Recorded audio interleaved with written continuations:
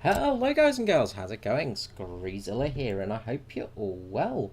And you join me today in a bit of a tutorial video. Now recently War Thunder published a video overcoming the stock syndrome. And this is what the video is going to be about. Overcoming the stock syndrome. Now the stock syndrome is when you get a tank or a plane, it's stock. And there's no upgrades on it, there's nothing. It's just bare and there's nothing to it. So you can have problems in games, especially in tanks, because, well, tanks, you generally need a fire extinguisher and parts. If you don't have parts and a fire extinguisher, you're pretty much screwed. And because they put it behind a research wall, it means that whenever you get a new tank, you're in real trouble. So new tanks are very tricky to use, especially when you start getting at higher tiers. Rank 1 is not too bad because usually those fights are pretty easy to get through.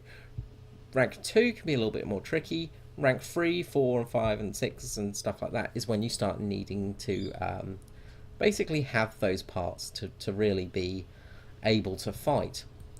So what I'm going to talk to you about today is an option that doesn't involve going up here, clicking this, and then clicking the purchase button, and then going into your parts and then buying them for a ludicrous amount of money. If you want to upgrade parts, you're looking at sort of 200 to 300 golden eagles, which is about $2 or $3. It's an expensive way to do it. Now, in their video, they were talking about, just be careful, don't do this, don't do that, don't do the other. But they missed out one crucial thing, and that's the assault mode. Now, the assault mode gets forgotten about, and for good reason, it's absolutely terrible. But assault can be really good to unlock parts and to grind for those parts.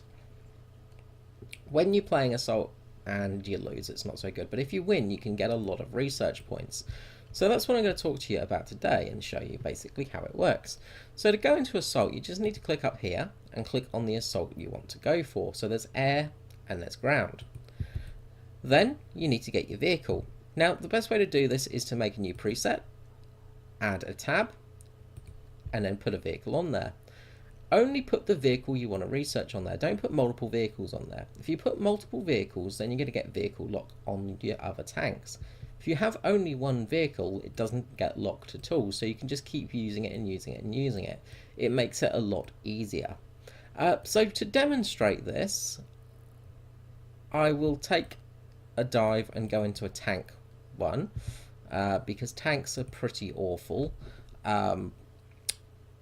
Tank assault is probably one of the worst things in the world. It really, really does suck.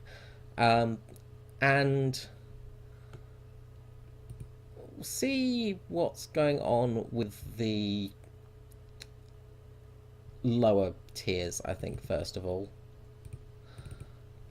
Just because they're a bit more fun than the higher tiers sometimes.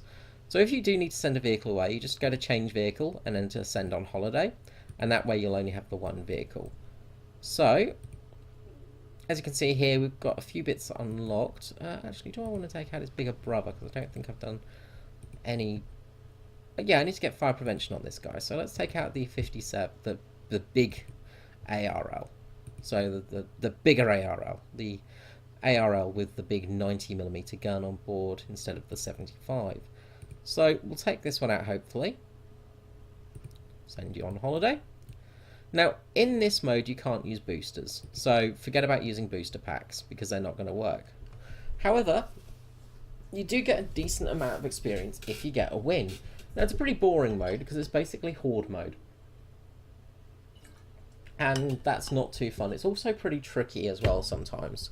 It can be a very frustrating mode because the aircraft in it really do make it hard for tanks. You've got CAS in this as well, which is just, oh god, cancerous. But this is probably one of the best ways to unlock parts on a stock vehicle, in my opinion. The only problem is you need the player base to do it, so do get prepared for a bit of waiting sometimes. Occasionally the waiting time can be a bit longer. So I will skip ahead and I'll come back to you once we get a game. And we are back here at Kursk. So we're going to be fighting Russians, which is a little bit tricky because you're going to be fighting some heavily armoured tanks. So one of the only real downfalls for this is the fact that you're going to basically... you can't do it with bombers. You can't use this method for bombers, basically. You're pretty much stuck in that respect. However, for everything else, for fighters, pretty sure heavy fighters can do it. Attackers can as well, I believe, but anything bomber related is a bit stuffed. But for ground vehicles, this is what we're talking about at the moment. As I said, this does work for planes too, and you can unlock parts with that too. But we're going to be going for tanks, and we're going to be using our brilliant ARL for this. Now, one of the problems in this mode is the AI is very, very accurate in their shooting. So do be prepared to die an awful lot. If you haven't got your fire prevention yet, you're going to have a lot of fires. PT-76 there. Now we're going to get shot at from them. And we're also going to get shot at from the front ones as well. So try and take these guys out as quick as possible. Now, of course, this hasn't got the fastest reload in the world, but, you know, we'll do our best, hopefully. And, of course, it being arcade mode, you do have the arcade markers for this as well. So, it's a good way as well to learn your vehicle. You know, you can sort of get used to your tank in this respect. Get sort of used to how the gun works a little bit easier. Which does help out sometimes. Because you sort of get to understand how your vehicle's gun works and stuff like that. Unfortunately, we don't have a heavy enough machine gun to penetrate PT-76. But we can, of course, spot them.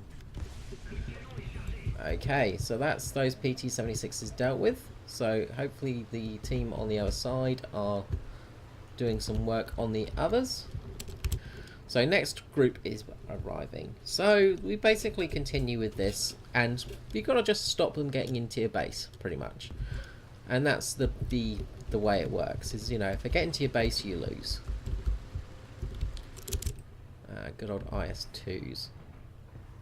And basically got to go through the lower plate on these guys to actually penetrate, which is tricky. And this is where it becomes tricky, because when you're fighting these ridiculous heavy tanks, there's not much you can do sometimes. Because the arcade aiming system, you know, it gives you a rough idea, but there's some RNG in play, things like that. We might be able to go for the central turret shot, but I really want to just... a bit low. And you do struggle with the ISs. Pretty much everybody struggles with these bastards because they're just ridiculously up-armoured.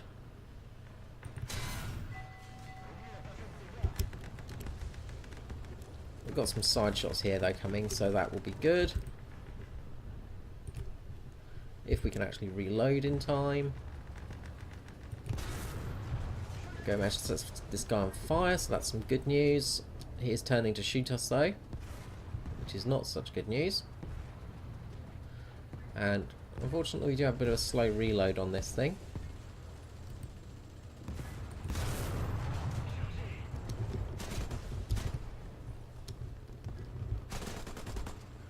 So we'll reload eventually.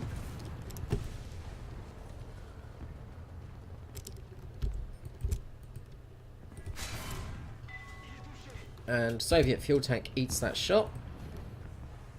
Ah, it's fun, fun, fun. But yeah, you can use basically any vehicle for this sort of thing. AA vehicles can be useful to taking out those planes. You can sort of grind up your AA vehicles that respect. Usually you do die quite a lot in this mode, in all honesty. Just because the vehicle's AI gunners are pretty accurate. They can pretty much pinpoint a weak spot from, you know, 7,000 kilometers away. But as I say, it is a good mode to get used to your tank's gunnery, because that's something that it's hard to do, and that's one of the good things about arcade mode, is... Apparently that was meant to penetrate. Okay. I guess not then. Is you do get that slight sort of used to where your gun's going to work and how it's going to sort of react and things like that, and where it's going to bounce and things like that, and where it shouldn't bounce and all of that jazz. But it also gives you the weak points of enemy tanks that you might be facing. Now these are usually up tiered tanks, you know, but you do sometimes face these vehicles, of course. So it gives you a bit of practice in fighting and dealing with some of these really, really annoying vehicles that you just absolutely despise because they're just so bloody powerful. Okay, well, oh wait, that was a different bias. Okay, good. About to say his driver came back very quickly. It can get expensive if you do die quite a lot, in all honesty, but it just depends how much you're dying to basically how expensive it becomes. I've got a bomber ready, so we'll get ready for that, and that's quite good for big swarms. So if you've got a big swarm of tanks, especially PT-76s, where, you know, a single bomb can take out pretty much all of them, it can be quite useful. But we're probably going to take these out before the bomber becomes too useful.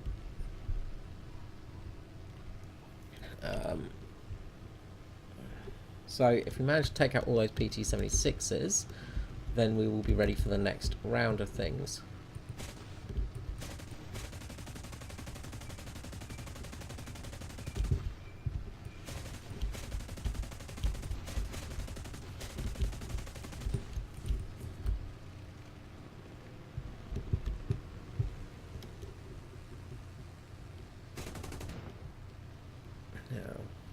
Hopefully we'll be on target for some new enemies. There we go. And we managed to take one out. Okay, so that's some good news. So we managed to do something and take a couple of hits on the SU-6. So we're probably going to lose here, in all honesty, because there's quite a lot of tanks in our cap, as you can see. So we'll be able to see at least how much research points we get from this game, because we've got 18 odd kills, so that's alright, that's not too bad. Reloading.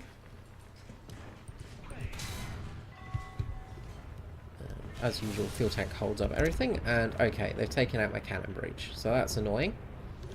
So we're pretty much out of action for 40 odd seconds, so we'll hop into an attacker and might be able to get here before the enemy captures the base, but I think this is game over now. So we've lost this match. Yeah, that's the game. So we lose. We sort of made for a few waves, so you'll see how many waves we get. Sorry, this is a long, boring video in this respect. The first part is really just letting you know. If you've kept on watching this long, thank you very much. But as you can see here, we've made an okay amount of research points. Not great, you know, but this is a loss. If it was a victory, we would have probably made triple that. So, you know, you do make some okay stuff for it. So as you see, we've got closer to fire prevention now. We've almost made it to FPE. Another round of that and we will have FPE basically. So that's how to basically grind out a stock vehicle and get over stock syndrome. And this, as I said, works for both tanks and planes. So for instance, if you've got your FJ4B and you want to unlock bits for it,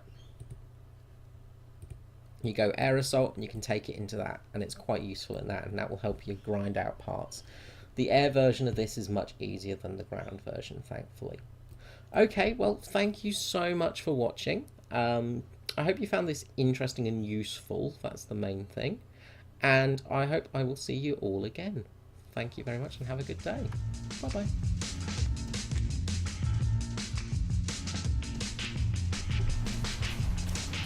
Well, we'll take this guy out as well. If he wants to die, he can die as well. That's fine. We can kill him too.